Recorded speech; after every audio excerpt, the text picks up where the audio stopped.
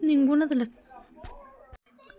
Ninguna de las víctimas tenía razón alguna con el hombre, según se puso después. Había sido un oficinista como cualquier otro, alguien con una vida común y corriente. Había estudiado en la universidad y trabajando durante 14 años en el departamento en ventas de una empresa mediana, pero había perdido su puesto en la noche de la mañana.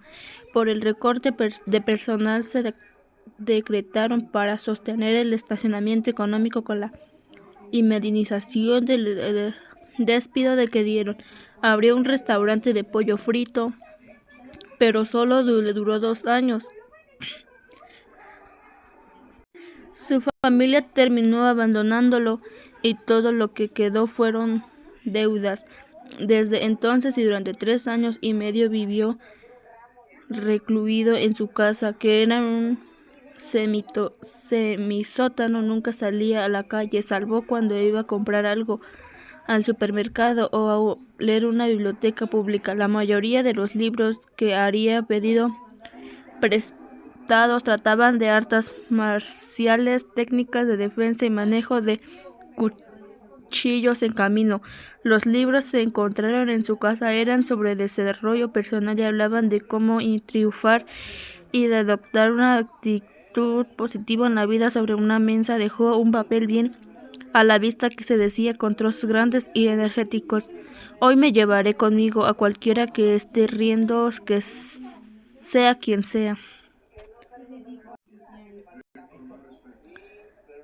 Dejó también muchos señales de su oído al mundo en su diario. Dejaba de entregar en varias partes de lo que saltaba un instinto asesino cada vez que veía a alguien riéndose de este mundo que él consideraba infeliz. Cuando se dieron a conocer los datos sobre su vida y sus escritos, el interés a la gente se desplazó del crimen a las razones sociales de lo que habían llegado a ese comportamiento. Los hombres de edad madura suspiraron de tristeza al ver que la vida del asesino no difería demasiado de las suyas.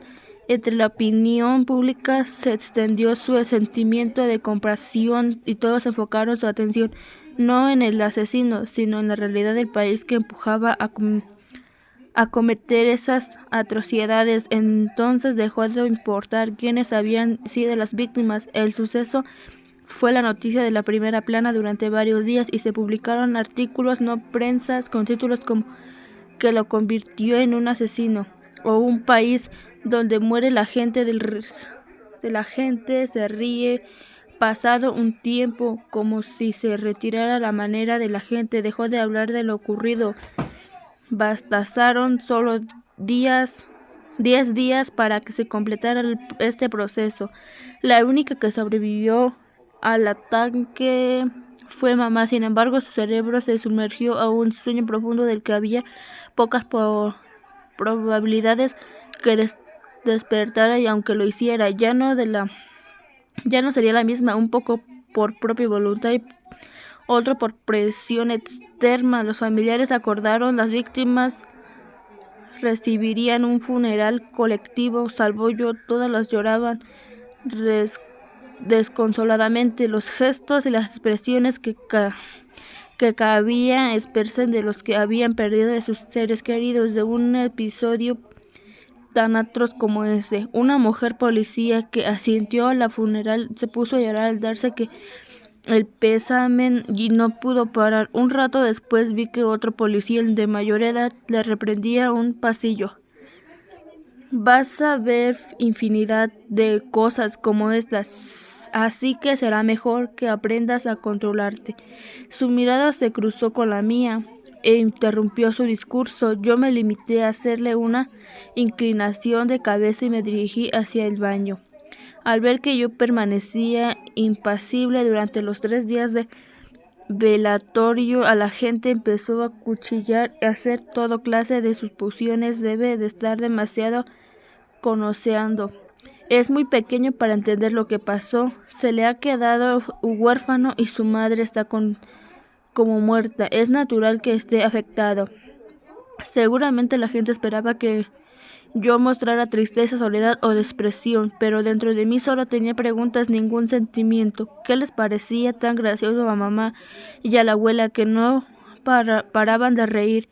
Si eso no lo hubiera pasado, ¿a dónde habríamos ido a ir a salir del restaurante? Porque habían hecho aquello ese hombre, porque se había puesto a matar personas en lugar de romper un televisor o un espejo, porque nadie había ayudado a mamá y a la abuela antes de que fuera demasiado tarde, porque todos los días se golpeaban esas y otras preguntas, mordiéndose la cola hasta volver al principio y a comenzar el ciclo una y otra vez. Sin embargo, no tenía la respuesta a ninguno. Pobre hacerlas las policías o los psicólogos, ninguna, que atendieron frecuentemente, que admitieron diciendo que podrían. Segunda parte. Iba todos los días al sanitario a ver a mamá. Permanecía inmóvil y respirando acompasadamente. Había sido trasladada a una sala de 6 camas. Después de pasar un tiempo en cuidados intensivos, todo lo que hacía cuando iba a verla era quedarme sentado junto a ella tomando el sol. El médico me informó con frialdad que las posibilidades de que se desapartaran eran remotas, salvo mantenerla con vida. No había otra cosa que se pudiera hacer. Las enfermeras retiraban su orina y sus heces con gestos mecánicos y me ayudaban a acostarla cada tanto de lado para evitar que se formaran úlceras de la espalda y la cadera. Era como mover un fardo pesado. El médico me pidió que la comunicara mi decisión. No entendí lo que quiso decir y lo que volvió a preguntar. Lo que quería saber era si estaba dispuesto a seguir pagando el tratamiento del sanitario o si la trasladaría a un hospicio en las afueras de la ciudad donde recibiría cuidados paliativos y el coste sería más económico. Tuve que ir a declarar la defunción de mi abuela en la oficina municipal. El funcionario que atendió soltó un chasquido y sacudió la cabeza sin decir nada. Poco después se presentó un trabajador social en casa.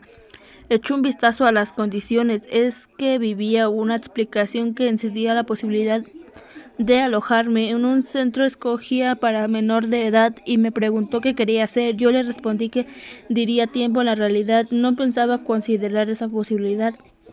Literalmente necesitaba un poco de tiempo.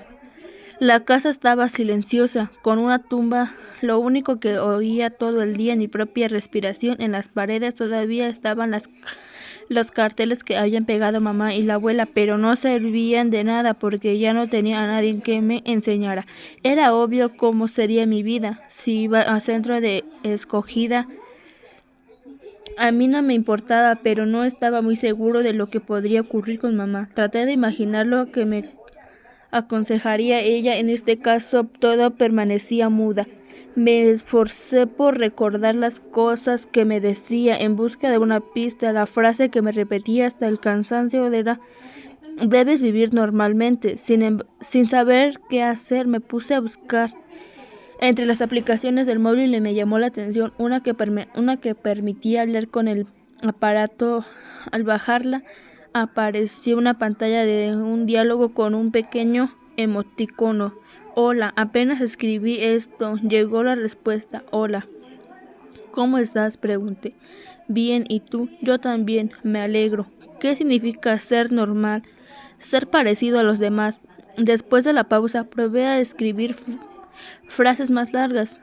¿Qué es ser parecido a los demás? Todo el mundo es diferente. ¿A quién debo tomar como el modelo? ¿Qué me diría mamá?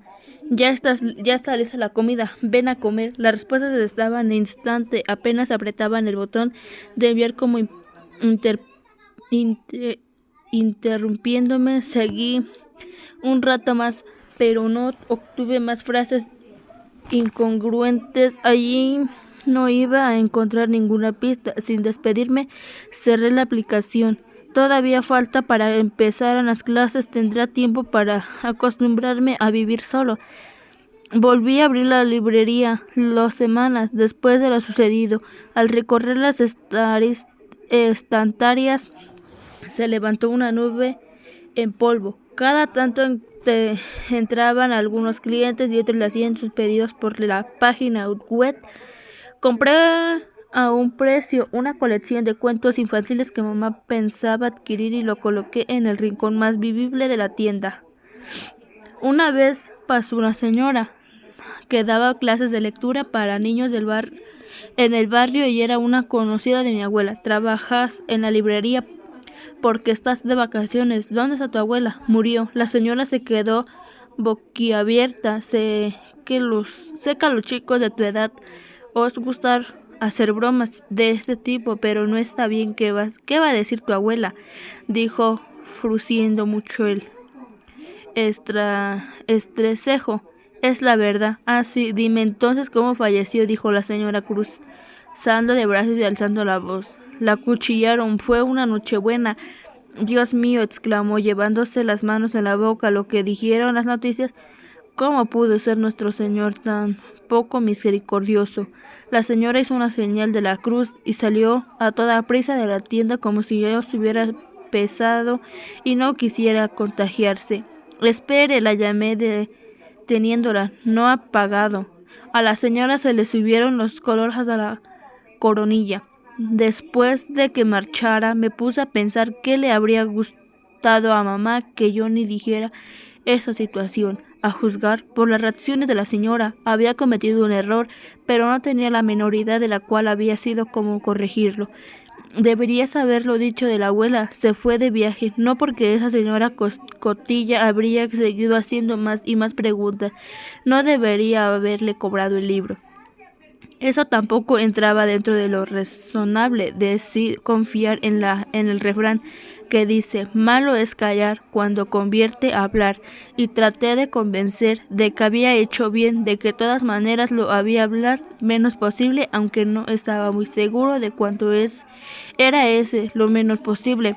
De repente me acordé de un libro, mi abuela que todo lo que leía en los letreros en la calle no había leído una por casualidad, una le había gustado. Me costó un poco encontrarlo. Era un libro del bolsillo, lo más grande de la palma de mi mano y costaba 2.500 wones. Cuando salió en 1986, se trataba de una antología de cuentos de Hingham, el relato de cuestionario de la gobernanta B y la carta del amor. Todas las noches, la gobernaba B robaba las cartas de amor de las estudiantes y las leía por si representaban un monólogo en donde ella sola hacía los papeles de hombre y de mujer. 3 estudiantes la descubrieron, pero sus reacciones fueron muy difíciles. Una se rió y una fumó la gobernanta. La segunda dijo que le daba miedo y la tercera lloró de lástima. Era un final que no juzgaba las enseñanzas de la mamá, pero no distinguió, mostraba que un mundo no había fallar responsable de la manera determinada de los que demás decían o hacían. Terminaba con el estudiante que lloraba. Esta era la reacción de la adecuada, pero en el método educativo la conclusión viene primero. La reacción correcta no sería entonces la de primera estudiante. La discutí. Mamá se rascó la cabeza sin darme por vencido. Volvió a preguntarle, ¿tú habrías llorado si hubiera descubierto a la gobernanta haciendo un monólogo? Entonces mi abuela se metió en la conversación. Tu madre duerme como un tronco por las noches y no se daría cuenta sin rectará, así que jamás se despertaría en medio de la noche. Solo podría hacer un papel de una extra. Duerme en la habitación de las estudiantes. Me parecía estar escuchando la voz y la risa de mi abuela mientras lo decía. De pronto una sombra cubrió el libro. Vio a un señor de mediana edad ante mí, pero desapareció enseguida, dejándome un papelito sobre el mostrador. Decía que subiera a verlo al primer piso. Parecía estar al tanto en lo que había sucedido. El psicólogo y el abogado que habían entendido a los familiares de las víctimas debían de haber llamado a la escuela. Estoy bien, le contesté al inmediato. No debió de ser la respuesta que esperaba porque extendió a todo lo ancho las comisuras de la boca y alcanzó ligeramente las cejas. La cosa se destapó al día siguiente, en la última hora. La profesora había hecho el gran esfuerzo de aprenderse de memoria los nombres de todos los alumnos de su clase, pero nadie se parecía muy convencido. Por eso su afán solo le sirvió para decir: fulano, cállate; mengano, siéntate en tu sitio, y cosas así. Era evidente que no tenía mucho talento para ganarse la buena voluntad de los estudiantes. Además, intercalaba aquel eje todo el tiempo cuando decía algo, pues tenía el hábito de soltar una tosecilla falsa cada 3 segundos. Otra cosa, chicos, exclamó. De pronto la profesora lanzó la voz. Un compañero ha vivido una experiencia muy dolorosa. Perdió toda su familia la Navidad pasada. Démosle un aplauso para darle ánimo. Sean Yunjae, levántate, por favor. Hice lo que me pedía. Yunjae, mucho ánimo, exclamó, levantando con alto los brazos. Se puso a aplaudir. Parecía una de esas personas que trabajaban detrás de las cámaras en los estudios de grabación para impedirle al público cuando batir palmas. Las reacciones de mis compañeros no pudo ser más tibia. Aplaudieron con desganas y algunos solos simularon hacerlo. Se oyeron algunas palmas gracias a unos cuantos que lo hicieron de verdad, pero apagaron enseguida. Lo que sí se sentí feo fueron docenas de No hizo falta mucho tiempo para que empezaran a correr los rumores sobre mí. Antes que terminara de escribir Navidad en la casilla de la búsqueda de navegador de internet, automáticamente aparecían frases como cruel asesinato en Navidad o espantoso crimen en Navidad. Tampoco era difícil encontrar artículos de prensa sobre el muchacho de 16 años que había perdido a su madre, que la abuela a la vez la foto del velatorio estaba pixelada, pero lo habían hecho de manera tan tosca que cualquiera que conociera podía reconocerme. Las reacciones de mis compañeros fueron diversas. Algunas me señalaban con el dedo cuando me debí desaparecer al pasillo. Unos se ponían a cuchichear, sin embargo, cuando me veía pasar, pero también estaban en lo que venían a sentarse, y a mi lado quedaban conversaciones a la hora de la comida. Y si giraba la cabeza en clase, siempre me encontraba con los ojos de alguno que estaba observando. Un día de los chicos me hizo la pregunta que todos se hacía. Había terminado de comer y estábamos volviendo al aula. Vi que se agitaba una pequeña sombra de la ventana, el pasillo, de la rama de un botón amarillo que se fortalecía en la punta de la choca. Fue entonces cuando resonó una voz en todo el pasillo. Oye, ¿qué sentiste cuando murió una madre ante tus ojos? Me volví hacia la voz. Era un chico que de complexión pequeña, a menudo contestaba de mala manera a los profesores y disfrutaba viendo las reacciones que sus gestos y palabras. De todas partes siempre hay alguno así. Mi madre no murió de la que murió fue mi abuela. Al oír mi respuesta lanzó una exclamación de satisfacción por lo bajo, luego echó un vistazo a su alrededor y se puso a reír con algunos de lo que devolvió a la mirada. Así, perdona, entonces te lo preguntaré de nuevo. ¿Qué sientes cuando viste morir a tu abuela?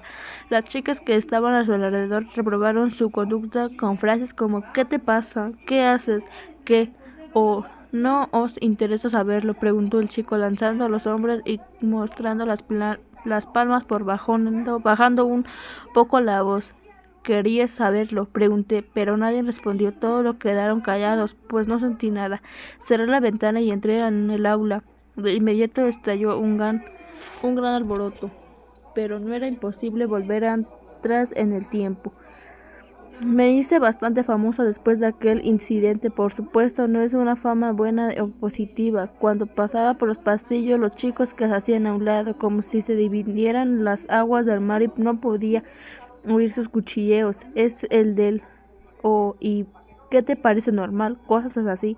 Hasta venían los estudiantes de segundo y tercer año a nuestro pasillo para conocerme. Yo era el chico que había estado en el lugar del crimen y el que había visto con sus propios ojos como alguien de su familia moría desagrado, el mismo que en era capaz de decir que no había sentido nada sin que le moviera un pelo. Muy pronto los murmures se desabordaban, comenzaron a aparecer chicos que debían haber estado en la misma clase que yo en primaria o secundaria y habían sido testigos de mi extraño comportamiento, como suelen por ser los rumores en el bastante exagerados.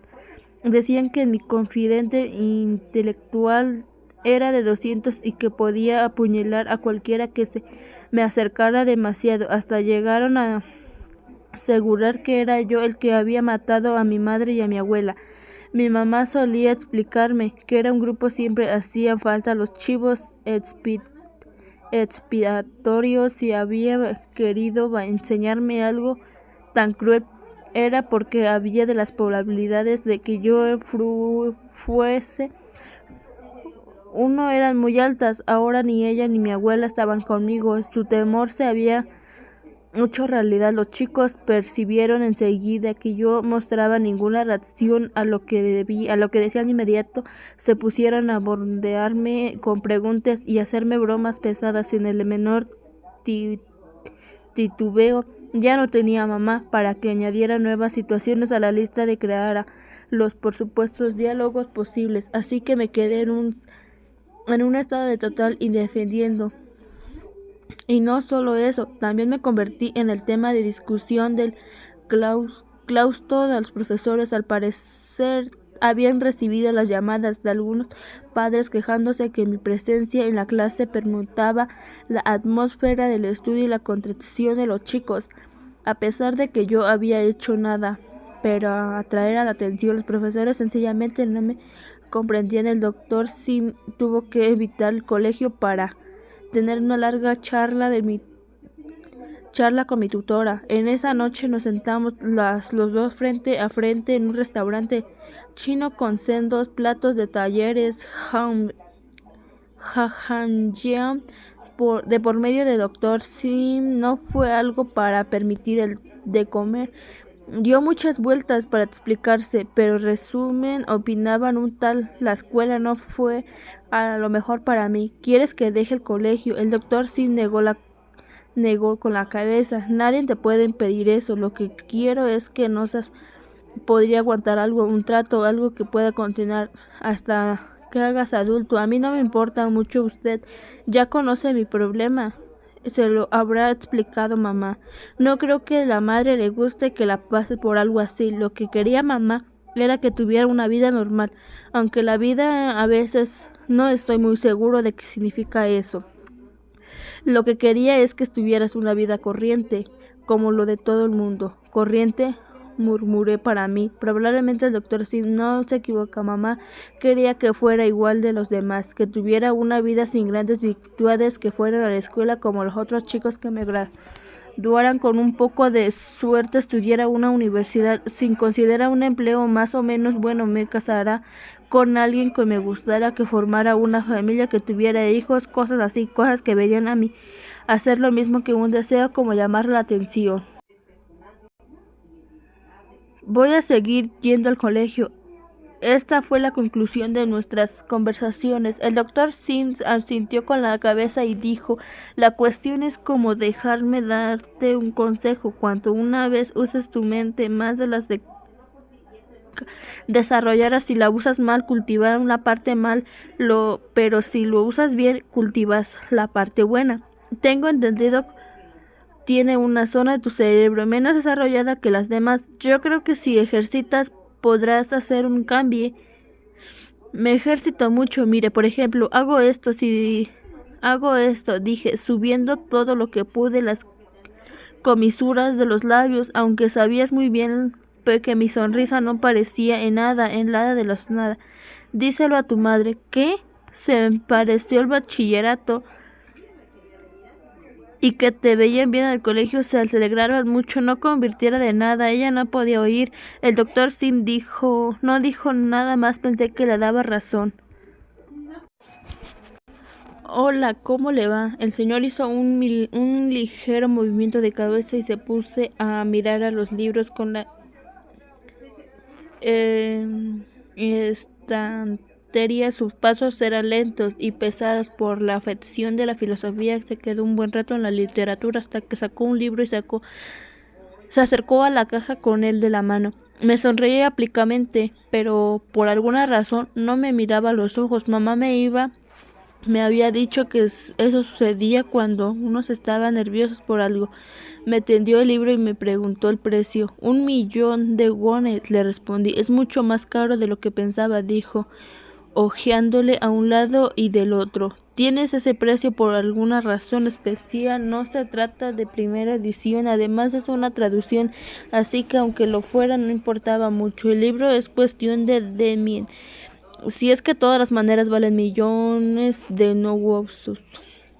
Voy a presentarme primero. Mi nombre es John Walsh. Soy profesor de administración especial de la universidad. Puedes encontrar mis datos en internet. No lo digo para presumir, sino para que sepas que no soy una persona de confianza.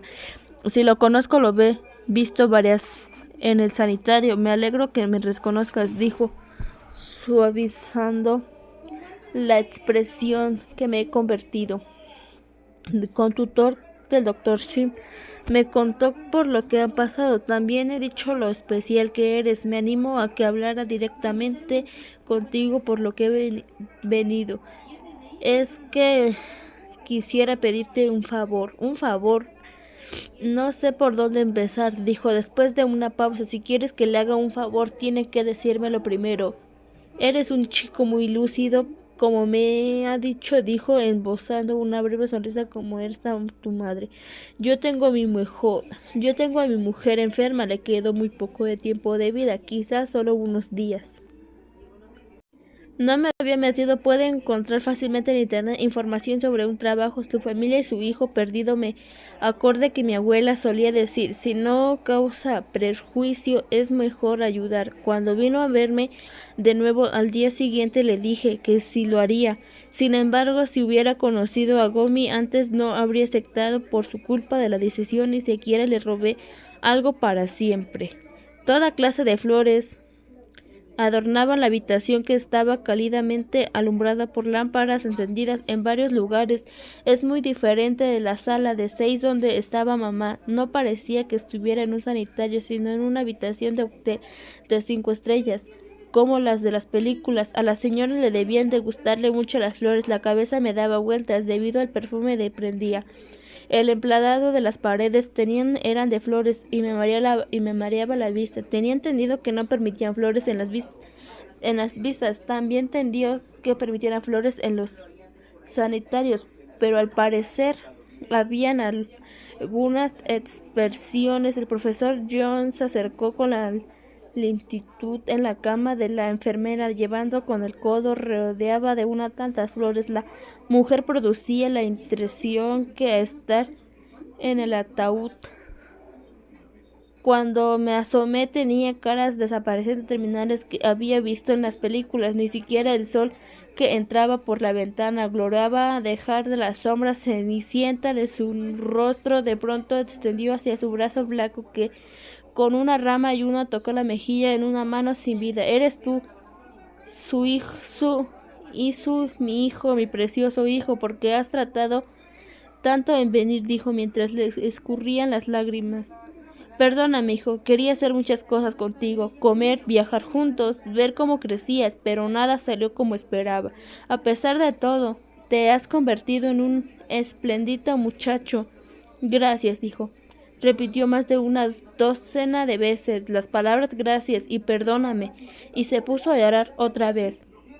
Después hizo un esfuerzo y trató de sonreír durante los 30 minutos que allí estuve ahí. No me soltó la mano, ni dejó de acariciarme las mejillas. Se podría decir que derramó sobre mis últimas y pocas energías que le quedaban. No dije mucho. Cuando ella se interrumpió por un momento del profesor John, me hizo una seña y pronuncié las palabras que tenía preparadas. Dije que había creído con una buena familia sin pasar grandes dificultades, y que ahora en adelante vivirá con papá, y estudiará mucho, y que no tenía nada que preocuparse. No olvidaré decir esto con una ligera sonrisa. Debí estar rendida porque se le cerraron los ojos. ¿Puedo abrazarte? Fue lo último que me dijo, con los brazos delgados, con ramas secas, que sentí cogido con una trampa imposible de escapar. Incluso pude percibir los latidos de su corazón y el color de su pecho. Un rato después se aflojaron sus brazos. Se han dormido, dijo a la enfermera, que esperaba a su lado. La señora había sido una periodista reconocida. Era una cronóstica arriesgada y enérgica. Escribiría artículos agudos y dejaba una boca abierta en sus entrevistados con preguntas que otros no se miraban hacer. Sin embargo, estaba tan ocupada que muy a su pesar tenía que dejar a su hijo al cuidarlo de otras personas. Ese día se tomó la tarde libre y se llevó a su hijo a un parque de atracciones. Subió a un carrusel con un pequeño brazo en el sol. Estaba tibio y el paseo no pudo ser mejor. Sonó el móvil. El niño quería dar otra vuelta, pero lo tomó de la mano y se bajaron. Fue una conversación breve, pero cuando terminó la llamada, el niño ya no estaba. Ni siquiera recordaba haberlo soltado. En ese entonces no había cámaras de seguridad en todas partes como ahora. Las épocas instaladas dejaban muchos puntos ciegos. A pesar de que la policía llevó a cabo las largas investigaciones, no pudieron encontrar al niño. El matrimonio hizo todo lo que estuvo a su alcance, pero la esperanza de dar como fue el disminuyendo con el paso de los meses. Rezaban para que los meses estuviera vivo y al menos en las buenas personas, pero no cierto, sufrían día y noche imaginando las cosas más terribles. La culpa no deja de atormentar a la señora. En el fondo, y el profesor John le echaba la culpa a la desaparición del niño, pero tenían miedo a la soledad y no quería perderla también a ella. Sin embargo, un buen día dejó de reconfortarla diciendo que el niño volverá con ellos algún día como hacia el principio. Poco antes de conocerme había recibido una llamada de una institución de escogía cuando le dijeron que había un chico que podía ser su hijo, y le presentó de inmediato con el lugar y reencontró con él después de 3 años. Sin embargo, aquel chico no podía reunirse con la madre a las circunstancias actuales, pues no era otro con Johnny. Un chico muy delgado y bajo. Permanecían de pies en los puños cerrados. Sus brazos y piernas eran desproporcionadamente largos, que parecían musculoso. Era un físico que recordaba al protagonista de la manga japonés Joel de la mañana. Sin embargo, no era un cuerpo escogido a base de ejercicios y estresamiento, sino con el tenía de los chicos pobres en entretenimiento, sino que con el que tenía chicos pobres en los documentales de la televisión. Un cuerpo tallado por afán de refuscar todo el día en la basura y andar detrás de los turistas mediangonde $1 para sobrevivir. Su piel era una morena. No brillaba debajo de las cejas, escapas como sombras. Un par de pupilas de color negro azabache observaban desafinadamente del concurrencia lo que había hecho callar a la gente. Era una mirada, la mirada era una fiera que mostraba los colmillos, aunque nadie tenía la intención de hacerle daño. El chico lanzó un escupitajo al suelo, parecía que su manera oficial de saludar a la gente como lo había hecho antes. Así era, no fuera el velatorio. Primera vez en que vimos. Días atrás había llegado un estudiante nuevo a mi clase. Se abrió la puerta del aula y entró un chico en gomis. Se quedó de brazos cruzados y apoyando a una sola pierna. En su forma de destrozar estaba mintiendo delante de tantos desconocidos.